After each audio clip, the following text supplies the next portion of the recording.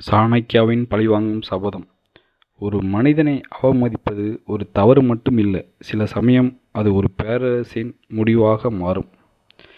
இது ஒரு அவமானத்திலிருந்து தொடங்கிய கதை, ஆனால் ஒரு பேரரசை உருவாக்கி முடிந்த கதை. பழமையான இந்தியாவில் அறிவும் தந்திரமும் சேர்ந்த ஒரு மனிதர் இருந்தார். அவர்தான் சாணக்கியா. சாதாரண தோற்றம், ஆனால் அசாதாரண அறிவு. அவருடைய புத்தி எந்த அரசனையும் வீழ்த்தும் அளவுக்கு வலிமையானது.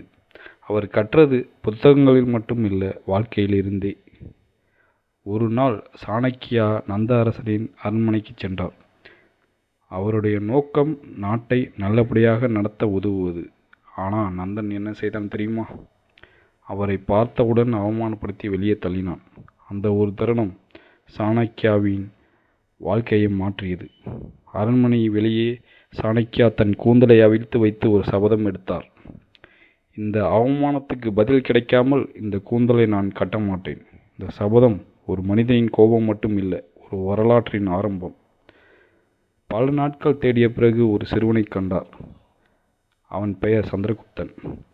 அவன் சிறுவனாக இருந்தாலும் அவன் கண்களில் இருந்த தீ சாணக்கியாவை கவர்ந்தது. இவனே என் ஆயுதம் என்று எண்ணினார்.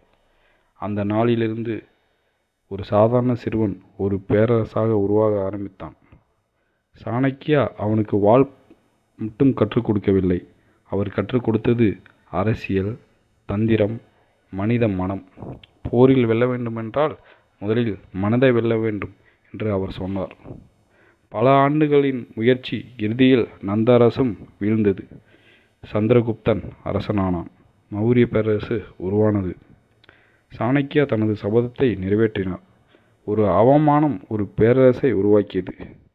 நீங்களும் வாழ்க்கையில் அவமானத்தை சந்தித்தால் அதை சக்தியாக மாற்ற கற்றுக்கொள்ளுங்கள். இன்னும் இப்படிப்பட்ட கதைகள் வேண்டுமா? சப்ஸ்கிரைப் பண்ணுங்கள் சாணக்கியா ஸ்பீக்ஸ் தமிழ். நன்றி நண்பர்களே.